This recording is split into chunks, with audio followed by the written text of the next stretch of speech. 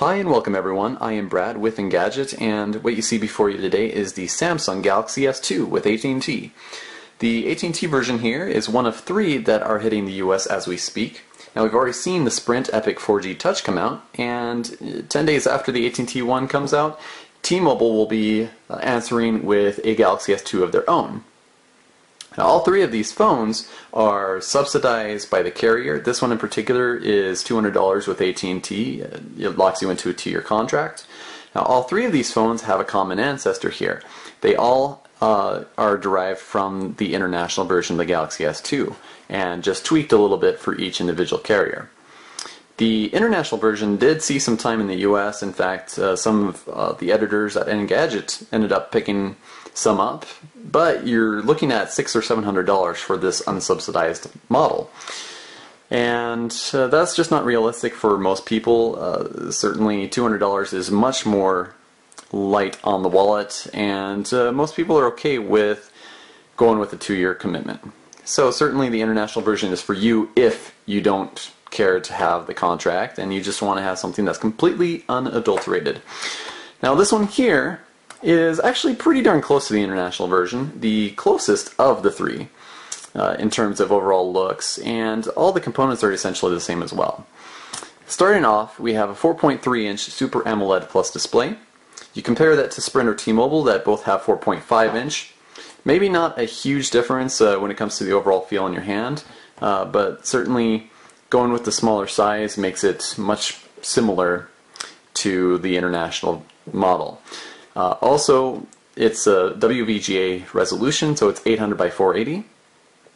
And even though it's not the best resolution out there, it has some of the most saturated and bright colors that you're going to find in any display. It's very gorgeous. And we said the same thing about the original global version as well as the Sprint Epic 4G Touch. And frankly, we're expecting to say exactly the same thing about T-Mobile's. Now, the one thing that the US models all did differently than the international one is adding the 4 navigation buttons down here at the bottom. The global model has 3, and one of them is even a physical hardware button, whereas all 4 of these are capacitive touch. The one button that's left out on the global version is the search button. This, of course, has the dedicated search, so that way you can just easily go in if you can't find the search button anywhere on the screen or you just don't care to look. Certainly you have that option as well. Now, doing a general tour of the phone aside from this, looking at the back here, we've got the same textured back as you would see on the other versions. 8 megapixel in the back here, a left and right rectangular orientation when you compare it to the up and down orientation on the Epic 4G Touch. And we'll show a side-by-side comparison between the two so you can see exactly what the differences are. Now on the right hand side we have the lock, or screen lock and power button, excuse me. On the bottom there is the mic over here on the left hand side and the micro USB port. On the left hand side we have the volume rocker. And up on the top, of course, we've got the 3.5mm headphone jack. Under the hood, we have a 1.2 gigahertz Exynos processor. That's a dual-core processor manufactured by Samsung. It's also got a gig of RAM. Now, looking underneath here, it may look exactly like the global version underneath because you got the SIM card, micro SD, and the battery. Same exact battery, by the way, in terms of size. Now, there's one extra component here. Let's see if we can get a close-up. That is near-field communication right there. So, as far as we can tell, the near-field communication, or NFC, as we like to call it for short, appears to be built directly into the battery, which is a very creative and innovative way of doing it. So we haven't seen that on very many phones. So, kudos to AT&T and Samsung for putting that together.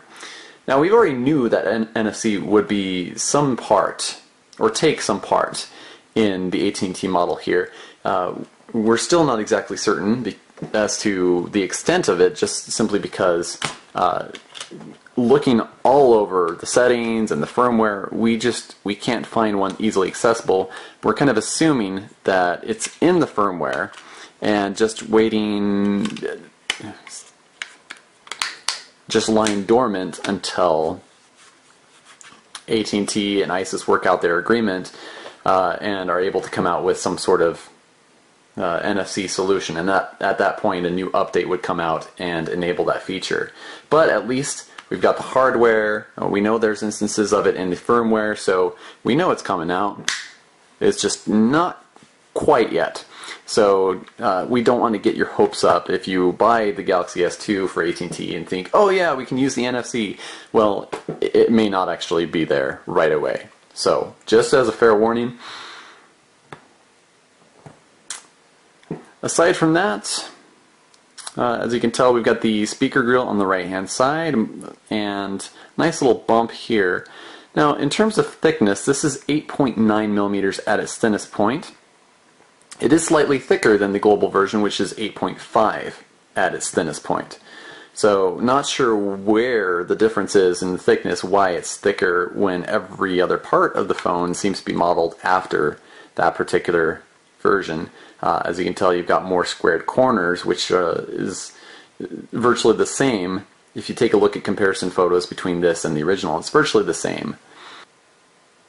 Now also, the Samsung Galaxy S2 is running off of Android 2.3.4, so it is a gingerbread device. Now, it's got TouchWiz user interface overlaying the Android, so you're definitely going to see a heavy Samsung influence here in everything that you look through. For example, you go into the app tray, you got the left to right orientation instead of up and down. It's also very customizable, so you can go in and edit. And I can move apps around.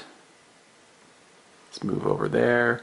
I can put them into folders, which is another thing that we absolutely love. For example, since I'm not a big fan of the bloatware, these are apps that I just never use. They come pre-installed on the device.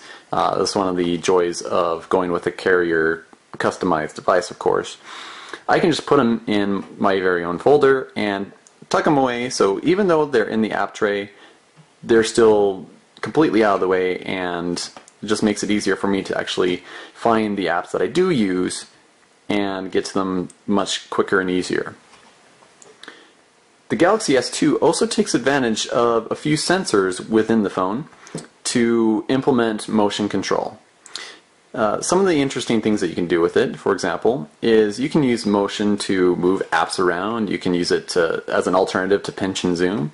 So let's say the messaging icon here, instead of moving it around with my finger, if I want to be truly lazy about it, then I can just move left, right, just tilt the phone around and move it to whatever screen I want to.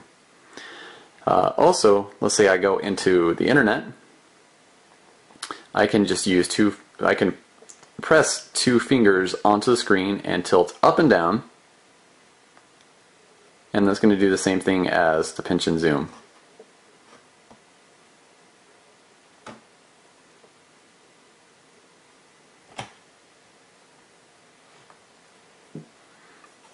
Okay, so let's take a side-by-side comparison between this and the Epic 4G Touch.